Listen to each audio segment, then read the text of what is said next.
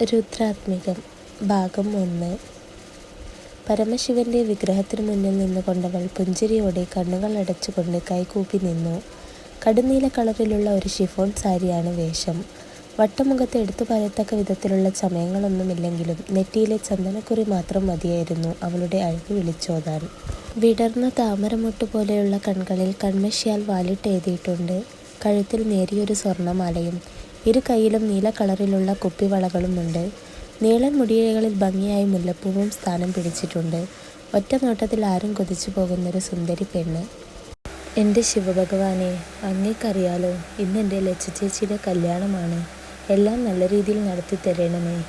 എന്താണെന്നറിയില്ല, രാവിലെ മുതലേ അരുതാത്തതെന്തോ നടക്കാൻ പോണ പോലൊരു തോന്നൽ. കൂടെ ഉണ്ടാകണേ ഭഗവാനെ. ഒന്നുകൂടെ ആ വിഗ്രഹത്തിലേക്ക് നോക്കി മനസ്സറിഞ്ഞ് പ്രാർത്ഥിച്ചു കൊണ്ടവൾ വേഗത്തിൽ പുറത്തേക്കിറങ്ങി നടന്നു. വേഗതയോടെയുള്ള അവളുടെ നടത്തത്തിനനുസരിച്ച് കാലിൽ ചുറ്റിക്കിടക്കുന്ന വെള്ളിക്കൊലുസുകൾ കലപില കൂട്ടുന്നുണ്ടായിരുന്നു. ശിവക്കാവും കഴിഞ്ഞ് തറവാടിൻ്റെ മുറ്റത്തേക്ക് കടന്നപ്പോൾ തന്നെ ചുറ്റും കൂടെ നിന്ന ആളുകളെ കണ്ട് അവൾ സംശയത്തോടെ നെറ്റി ചൊളിച്ചു. ആളുകളെ വകഞ്ഞു മാറ്റിക്കൊണ്ട് മുന്നോട്ട് നീങ്ങിയ അവളുടെ കാലുകൾ മുന്നിലെ കാഴ്ച കണ്ട് പെട്ടെന്ന് പിടിച്ചു കെട്ടിയ പോലെ നിന്നു. വീടിൻ്റെ പടിയിലിരുന്നു കൊണ്ട് കരയുന്ന വേദികയെയും അവരെ ചേർത്ത് പിടിച്ചുകൊണ്ട് സങ്കടം കടിച്ചമർത്തുന്ന സഞ്ജയെയും കണ്ട അവൾ കാര്യം മനസ്സിലാവാതെ നിന്നു. ഇത്രയും ആളെയും വിളിച്ചു വരുത്തി ആ പെണ്ണ് ഒളിച്ചോടിപ്പോയില്ലേ? അതെ, ഇന്നലെ വരെ പാവം പോലെ നിന്ന പെണ്ണാ. ഇപ്പോൾ എന്തായി? എല്ലാവരെയും നാണം കെടുത്തിയില്ലേ? ചുറ്റും കൂടി നിൽക്കുന്ന ആളുകൾക്കിടയിൽ നിന്നും അടക്കം പിടിച്ചുള്ള ആ വാക്കുകൾ കേട്ടപ്പോൾ അവളുടെ തലേക്കാരോ അടിച്ചതുപോലെ തോന്നി. ഇടറുന്ന കാലുകളോടെ അവൾ അവർക്കരികിലേക്ക് നടന്നു. അപ്പോഴും കേട്ടതൊന്നും സത്യമാകല്ലേ എന്ന പ്രാർത്ഥനയോടെ അവളുടെ കണ്ണുകൾ ചേച്ചിക്കായി 4 ഭാഗത്തും അലയുന്നുണ്ടായിരുന്നു. അച്ഛേ, വിതുമ്പിക്കൊണ്ടവൾ സഞ്ജയുടെ തോളിൽ പതിയെ കൈവച്ചു. അവളുടെ വിളി കേട്ടതും അയാൾ നിറഞ്ഞ കണ്ണുകൾ ഉയർത്തി അവളെ ദയനീയമായി, അതിലുപരി നിസ്സഹായതയോടെ നോക്കി. എന്നാൽ അപ്പോഴേക്കും വേദിക എഴുന്നേറ്റ് അവളെ കെട്ടിപ്പിടിച്ചുകൊണ്ട് പൊട്ടിക്കരയാൻ തുടങ്ങി.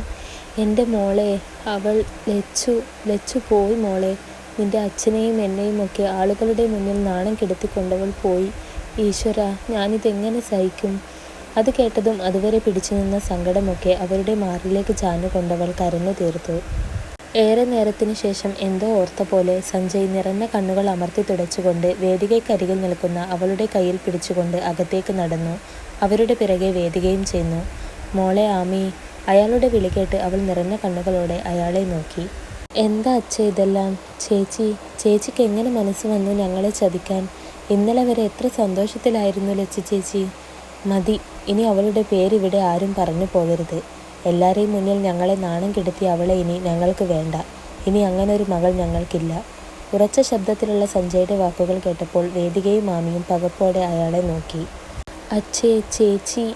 ആമി എന്തോ പറയാനായി വന്നതും അയാളുടെ നോട്ടത്തിന് മുന്നിൽ നിശബ്ദയായി. മോളെ, അച്ഛൻ ഇപ്പോൾ എടുക്കുന്ന തീരുമാനം നിനക്ക് പെട്ടെന്ന് ഉൾക്കൊള്ളാനാവില്ല. മാത്രമല്ല, നിനക്ക് ഞങ്ങളോട് ദേഷ്യവും തോന്നാം. പക്ഷെ ആ തീരുമാനത്തിന് എൻ്റെ മോൾ സമ്മതിക്കണം. ഇനി അച്ഛയ്ക്ക് നീ മാത്രമേ ഉള്ളൂ. അത്രയും പറഞ്ഞുകൊണ്ട് കാര്യം എന്തെന്നറിയാതെ രണ്ടുപേരെയും മാറി മാറി നോക്കുന്ന ആമിയുടെ കയ്യിൽ പിടിച്ചുകൊണ്ട് അയാൾ പുറത്തേക്ക് നടന്നു. ആരും പോകാൻ പാടില്ല. നിശ്ചയിച്ചുറപ്പിച്ച സമയത്ത് തന്നെ ഈ വിവാഹം നടക്കും. വധു എൻ്റെ ഇളയ മകൾ ആത്മിക സഞ്ജയ് ആയിരിക്കും.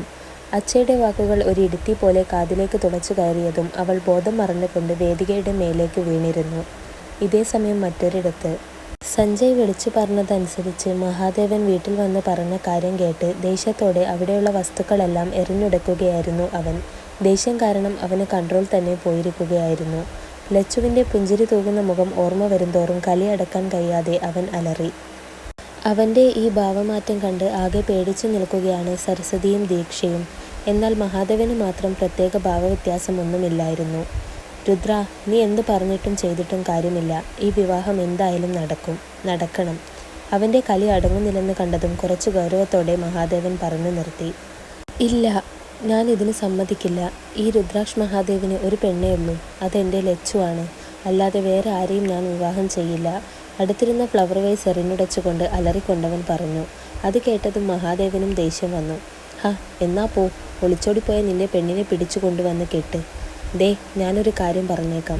ഇന്ന് ഈ വിവാഹം നടന്നില്ലെങ്കിൽ എന്നെ ആരും ജീവനോടെ കാണില്ല. അത്രയും പറഞ്ഞുകൊണ്ട് സരസ്വതിയുടെ കയ്യിൽ പിടിച്ചുകൊണ്ട് അയാൾ പുറത്ത് വണ്ടിയിൽ കയറിയിരുന്നു.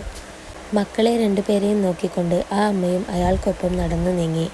അവർ പോണത് നോക്കി രുദ്രാക്ഷ് ദേഷ്യത്തോടെയും സങ്കടത്തോടെയും നിന്നു. അവൻ്റെ ആ അവസ്ഥ കണ്ട് മനസ്സിൽ പലതും കണക്ക് കൂട്ടിക്കൊണ്ട് ദീക്ഷ പതിയെ അവനരികിൽ ചെന്നു. ചേട്ടാ, ലച്ചു, ഞാൻ എന്താ പറയേണ്ടത്? എൻ്റെ ലച്ചു, എനിക്ക് വിശ്വസിക്കാനാവുന്നില്ല. ഇടറിക്കൊണ്ട് അവൻ പറഞ്ഞു നിർത്തി. ചേട്ടാ, ലച്ചു ചേച്ചി പോയതായിരിക്കില്ല. ആ ആത്മിക അവൾ പറഞ്ഞയച്ചതാവും. ഏട്ടനെ കിട്ടാൻ വേണ്ടി അവൾ കളിച്ച നാടകമാണിതൊക്കെ. അവൾ പറയുന്നത് കേട്ടപ്പോൾ അവൻ അവളെ തന്നെ നോക്കി. ആ നിമിഷം അവൻ്റെ കണ്ണുകളിൽ ആമിയെ കൊല്ലാനുള്ള പക ഉയരുന്നത് കണ്ട ദീക്ഷ മനസ്സിൽ നന്നായി ആഹ്ലാദിച്ചു. ആ ആത്മിക കാരണമാണ് എൻ്റെ ലച്ചു പോയതെങ്കിൽ അവളെ കൊണ്ട് ഞാൻ അനുഭവിപ്പിക്കും. ദേഷ്യത്തോടെ ഇട്ടിരുന്ന ഷർട്ട് റെഡിയാക്കിക്കൊണ്ട് കാറിൽ കയറിയിരിക്കുന്ന രുദ്രനെ നോക്കിക്കൊണ്ട് ദീക്ഷയും കാറിൽ കയറിയിരുന്നു. അവരുടെ കാർ ശ്രീനിലയം ലക്ഷ്യമാക്കി നീങ്ങിത്തുടങ്ങി.